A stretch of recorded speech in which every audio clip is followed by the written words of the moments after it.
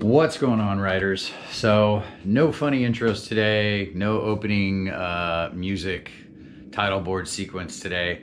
Today we're just gonna get right into it. What are we gonna be doing today? Well, remember at the end of the New Rage Cycles video, we talked about the license plate. Well, today what we're gonna be doing is we're gonna be fabricating a license plate. And we're gonna be making it out of this angle iron aluminum.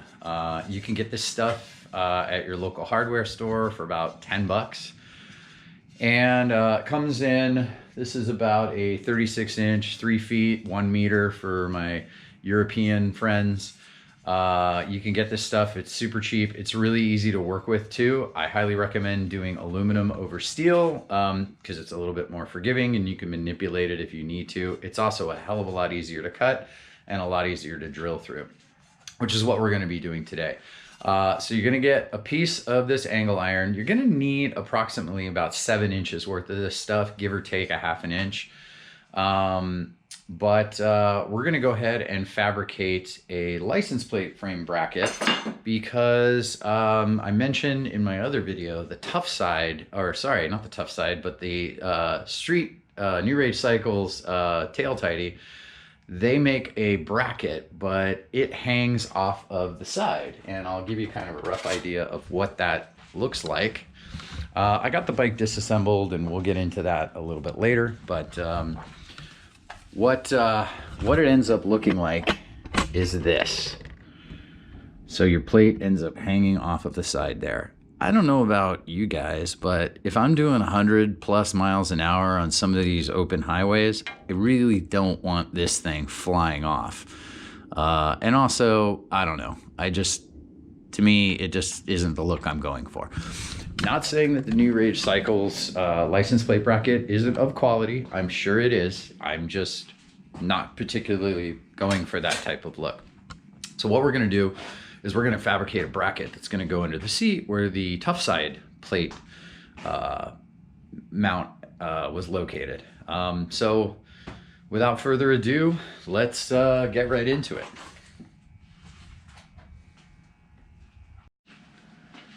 Okay. So what I ended up doing is I measured the distance between those two bolts, and it's just under 7 inches. However, we don't want to cut a piece exactly that size. We want it to hang over a little bit because obviously we're going to have to drill holes in the surface of this stuff.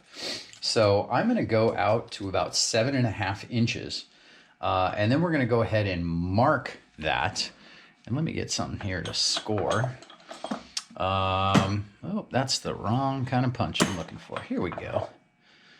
So what we're going to do is we're going to take our tape measure and we are going to place our tape measure on the end and we're going to look at 7.5 inches.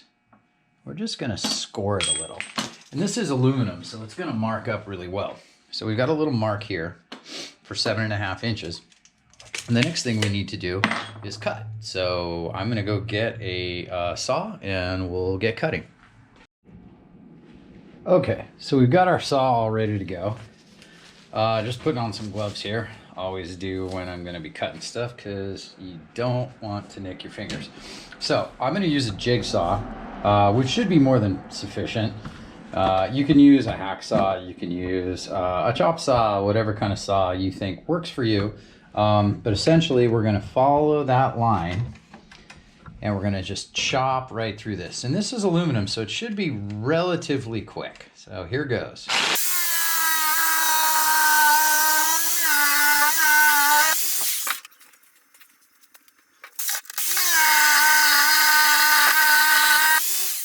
All right, so we've gone ahead and cut that off and I can go ahead and file this down and clean it up. But it's looking good so far. Let's see what the fitment of the plate ends up looking like. So one side of this will go mounted to those bolts, and then the other side will get mounted there, and we'll just drill 2 little holes in there to for the screws for the plate itself. So let's go check it out. All right, so here we go. We've got our 2 bolts right there. Everybody can see. So essentially, we just want to make sure that this piece It's going to line up, and it's going to have clearance on either side of the rear tail cover, or some people I guess call it a cowl or something. And that looks like it's going to be fine. So before we do that though, what we want to do is we want to take another measurement from the outside of each of the bolts. I want to make sure that we mark the screws correctly on that. So let's go ahead and check that out. So if we mark from this side to about this side, it looks like it's about 7 1/16, and that's in imperial units for all of my international viewers. So 7 1/16. I'm not quite sure what that, what is that, about, I don't know, 15 centimeters maybe, give or take. You'll have to measure. And again, just because I'm giving you these measurements doesn't mean these measurements are 100% accurate. You know, you're gonna wanna measure your bike, because you never know. There could be a 1/16 of an inch or something, or, you know, a millimeter difference between how my bolts are and how your bolts are. And you might drill all of this, and then lo and behold, you got to start all over again. So be sure to double check and measure everything. Other thing I highly recommend is clamp down your metal like we have here. If you don't have a C-clamp, buy one. They're like an extra set of hands, and they're cheap. So cool. All right, so now that we got that done, we're gonna go ahead and mark out the holes for the posts, and hopefully we don't screw that up. So let's do it now.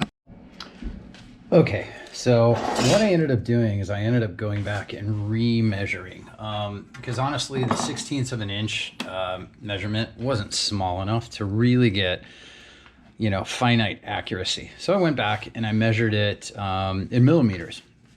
And what we can see is that this entire 7.5 inch bar I cut is 190 millimeters.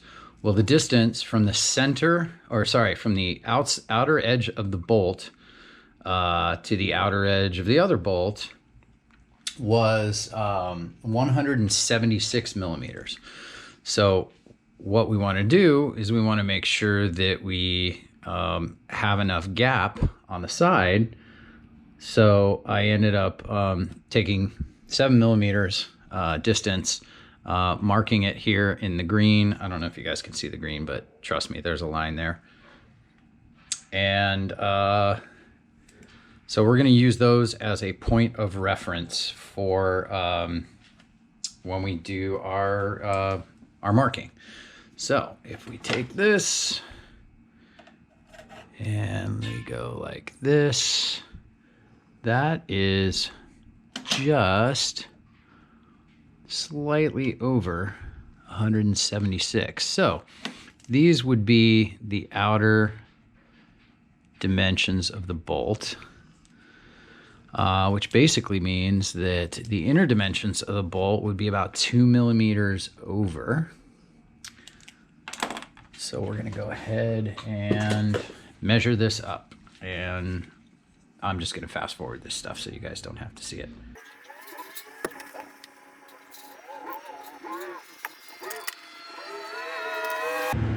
So what I'm going to do now is I'm going to actually score this about the middle of the piece of bar, and that just gives me a horizontal reference point. So once I do the vertical scoring this way, then I'll have an intersection where I can then, you know, be confident that I can drill. So we'll go ahead and score those vertical ones.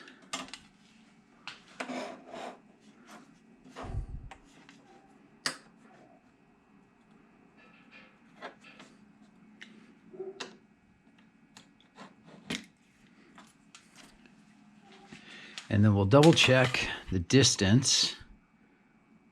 So this is going to be about 9 millimeters. And on this side, we have 9 millimeters. All right, so that worked out great. So now what we can do is we can take a punch and mark right in the dead center and just give it a quick whack. And this will act as a starting point for our drill. And that's it. Now the next thing we need to do is drill the holes out.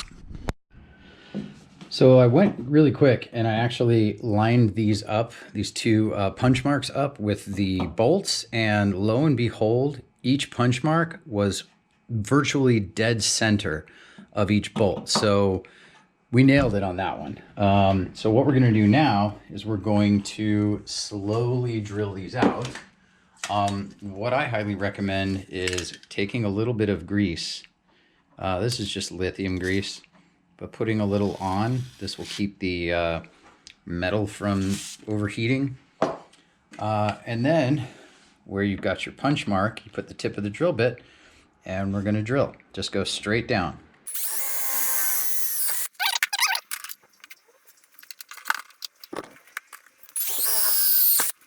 All right, we got our second one.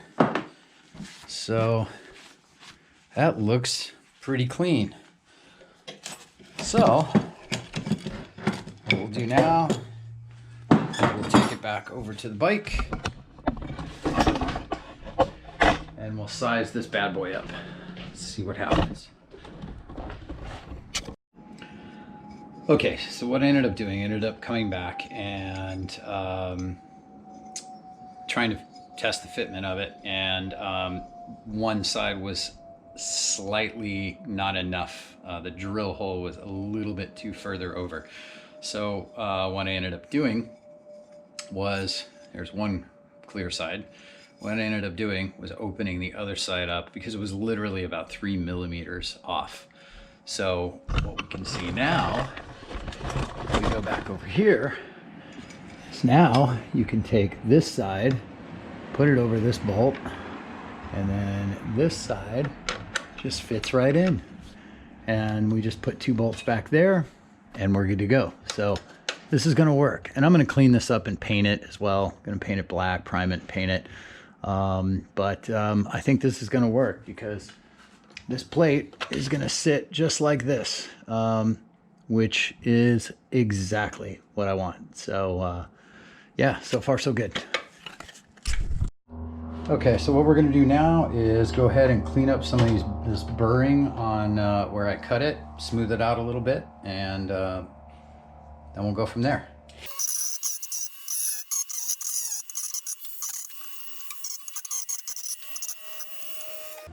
Okay, that's good enough. Basically took a lot of the splinters off and everything. So the next thing we're gonna do is measure for the plate holes.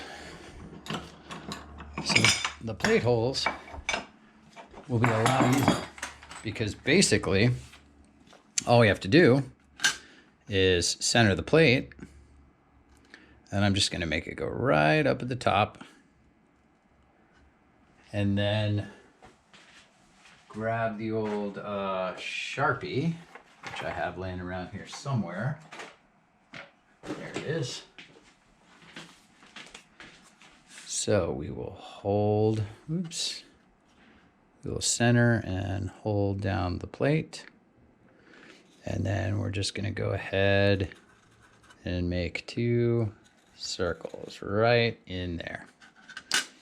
And that's pretty much it. So next thing we gotta do is just drill these out. Okay, so I went ahead off camera and I took my punch, and I went ahead and I punched guide holes into the dead center of each of the circles that we made when we marked the plate. So now what we're gonna do is drill these things. So we get our C-clamp here. If I can get this so you guys can see it on camera. Gonna go ahead and tighten this down. And we'll start drilling. Now, my screws are not that big. So, we'll want to find an appropriate drill bit. It's a little bit bigger, but not too big. So I think we'll go with this one, which I believe is a 3/16. So let's swap this guy out and start drilling.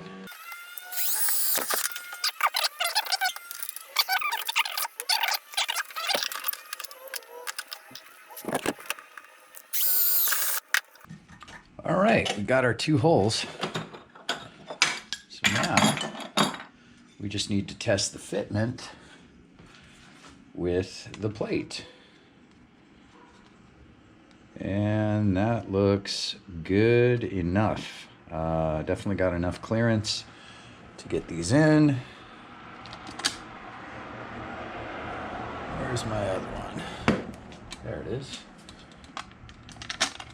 And that'll work great. I think I might need to get some new ones. These are kind of lame. Anyway, so we've got everything cleaned up. We've got our holes drilled. We kind of test fit everything, and it seems to be okay. So the next thing we're gonna do is shoot this, well actually before we shoot this with a coat of primer, what I think we wanna do is rough this up a little bit. Take some maybe 150 grit sandpaper, and just to give this a quick once over, just to rough it up so that the primer will go ahead and adhere a little bit better.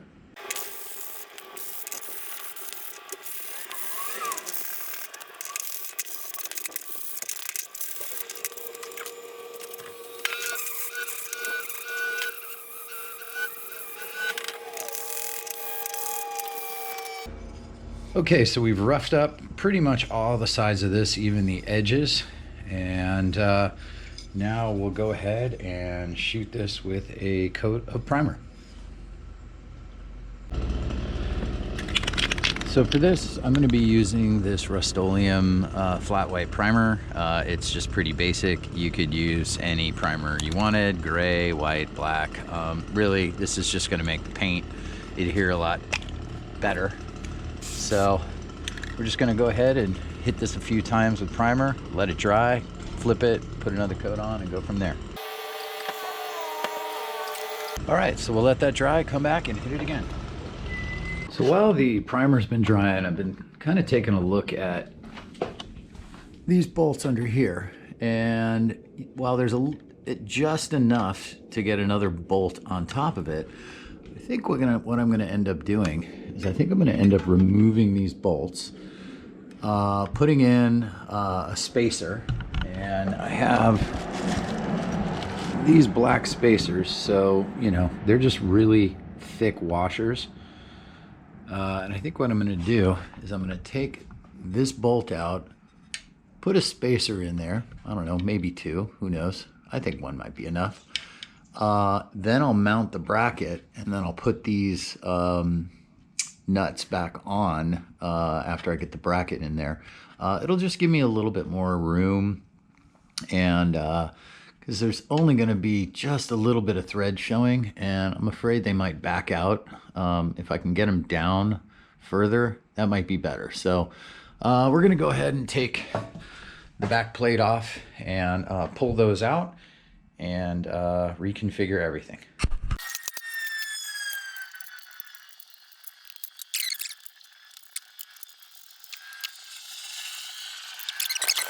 There is definitely a lot more space now on this bolt to hold the plate. And actually, in this configuration, it's going to make it a lot easier to get that license plate bracket on. So we'll hit the bracket with a couple more coats of primer and some paint, and then we'll reassemble. Okay guys, so I went ahead and hit this with 2 coats of primer, and after the primer coats dried, which was about 20 minutes in between each coat, I went ahead and hit this with this Rust-Oleum painter's touch. You can use whatever you want. Just make sure it's good for metal. You can get a paint and primer, which is what this is, but I would always recommend hitting it with primer as well. And I know this sounds strange, but if you can get the same brand primer, or the primer is the same brand as the paint you're using, that's probably best. I just find that they adhere better. So I've got 3 coats of black on this. This is dried to the touch, but I don't think it's cured yet. So what we're gonna do is we're gonna go ahead and let it finish drying. It takes about an hour to kind of cure, well, 24 hours to cure, but about an hour before you can remount it. So we're gonna go ahead and let this dry for about an hour, and then we'll put it on the bike. All right, so all in all, I think this came out really nice. 3 coats of paint, not a blemish. It's dry enough now, not tacky anymore. You want to make sure you dry it and it's not tacky, because if it's still tacky, then what'll end up happening is as you start screwing the nuts in, it'll end up taking the paint off. So let's go ahead and install this now. All right. So I've already taken the bolts off. So what we're gonna do is we're gonna take these black spacers and we're gonna put these black spacers on the bottom like this. And then we're gonna fit one side in, and temporarily just go ahead and hold this in place with one of the bolts. Don't tighten it down yet. Then we'll get the other spacer, put that on this side, and go ahead and put that bolt in, and tighten this down as well. Ooh, actually, I want to put some lock washers on here as well, just for extra security. All right, so we got this side relatively secure in place. Quickly take this bolt off to put the lock washer on. Oops. There we go. All right, all we got to do now is tighten her down. All right, that thing is on there. So let's get the plate on and see.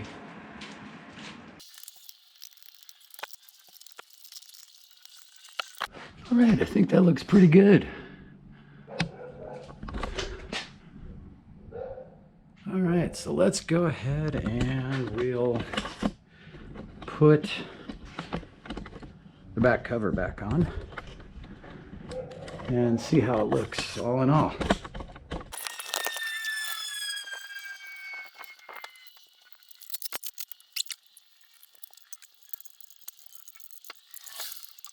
So we got the back cover on.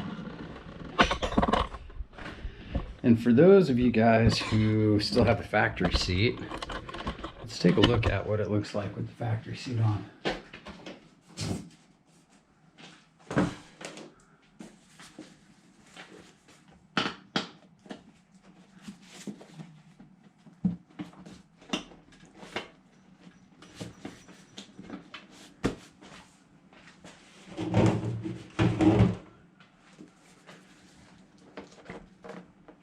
So we'll just kind of temp fit that. But there we go. It looks pretty sharp with the factory seat on, if I may say so. I say that a lot. And then let's take a look at it from behind.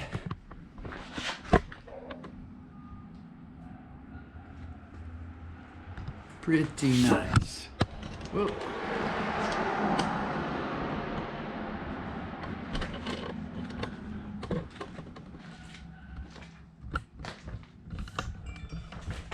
I would say that looks pretty good. We'll call that project done. So there you have it, guys. Made my own homemade license plate bracket. Again, this license plate bracket is specifically made if you're using the New Rage Cycles tail tidy. I can't guarantee that this is going to work with any other tail tidy. The Tough Side tail tidy has an integrated license plate bracket, so you don't need to make one for that. You're definitely, if you like the style of the New Rage Cycles license plate bracket, you're welcome to go ahead and purchase it. I think it retails for about $150 versus in total material costs, US dollars, about 20 bucks. And all in all, not including paint drying time, I would say just cutting, drilling, measuring, all of that, you're probably looking at about 30 minutes to make this. The paint drying time is going to add probably about 2 hours on top of it, especially if it's a nice warm day like it is here in Arizona today. But your decision, 150 bucks, hang it off the side, 20 bucks, do it underneath. Anyway, as always, I hope you like this video. Be sure and hit the subscribe button if you haven't already. We are going to be giving away the old Tough Side tail tidy. For those of you who don't know what that is, check out my HD street rod rear fender delete video, which shows the installation of the Tough Side. And it also shows how to get that factory rear fender off. But we're going to be giving that away once we hit 300 subscribers. I'll take all the subscriber IDs, stick them into a contest random picker that they've got online. We'll pick a random subscriber and you'll win that tail tidy, and I'll ship it to you wherever you are, even if you're in India. So anyway, thanks for watching, and we'll see you next time. Bye-bye.